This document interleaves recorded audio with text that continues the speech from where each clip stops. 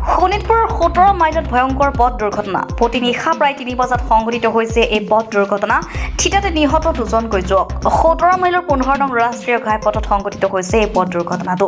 নিয়ন্ত্ৰণ হেৰুৱাই check Dzire বাহন সমাল দ পুখুৰীত নিহত যুৱক দুজন তেজপুৰৰ ৰঞ্জিত সাহানী আৰু মিথুন সাহানী বুলি জানিব পৰা গৈছে গাড়ীখনত থকা আন দুজনক জীৱন্তে উদ্ধাৰ কৰা হয় দুৰ্ঘটনাগ্ৰস্ত গাড়ীখনৰ নম্বৰ AS12BC6765 শোণিতপুৰৰ পৰা এন্ডি শৰ্মা ৰিপৰ্টাৰ লাইভ অসম